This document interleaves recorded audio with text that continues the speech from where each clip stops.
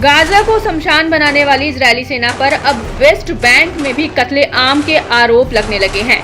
दरअसल गाजा में तबाही का दौर देख चुकी पूरी दुनिया अब वेस्ट बैंक में बढ़ती हलचल देख रही है। पिछले कुछ दिनों से इजरायली कब्जे वाला वेस्ट बैंक अशांत हो गया है। गोला बारूद की गूंज यहाँ भी सुनाई देने लगी है।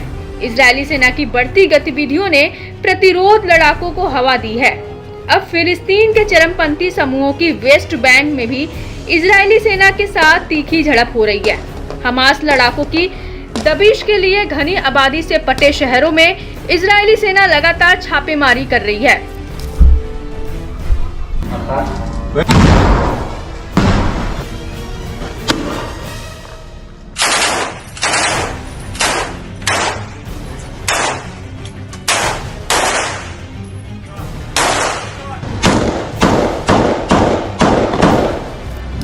इस बीच फिलिस्तीनी रेड क्रिसेंट ने बड़ा दावा कर इजरायल की मुश्किलें बढ़ा दी हैं।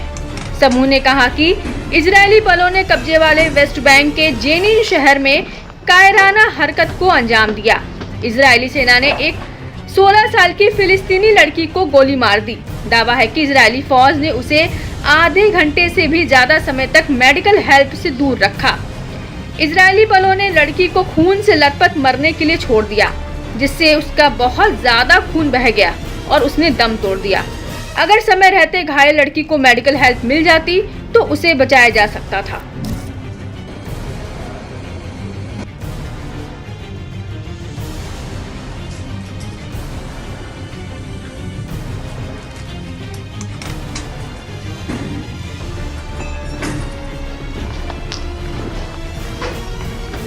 डॉक्टर्स विदाउट बॉर्डर्स ने भी इजरायली सेना की कार्रवाई पर सवाल उठाया है।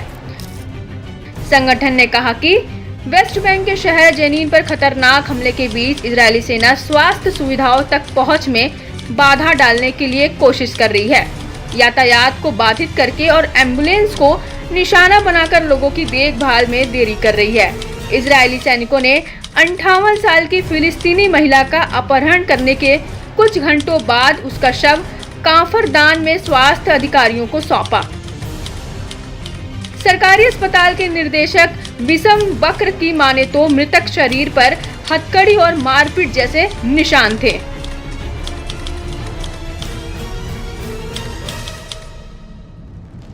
न्यूज एजेंसी WAFA के मुताबिक तुलकर्म शहर में 2 और फिलिस्तीनी मारे गए। इजरायली सैनिकों ने शहर पर छापा मारा, एक घर को घेर लिया और उस पर गोलीबारी की। फिलिस्तीनी स्वास्थ्य मंत्रालय ने बताया कि उनके शव इजरायली बलों की ओर से ले लिए गए हैं। वेस्ट बैंक में मारे गए फिलिस्तीनियों की संख्या 30 हो गई है। पीड़ितों में 6 बच्चे और 2 बुजुर्ग शामिल हैं। यूएन ने चेतावनी दी है कि गाजा में इजरायली नरसंहारक हिंसा वेस्ट बैंक में फैलने का खतरा है।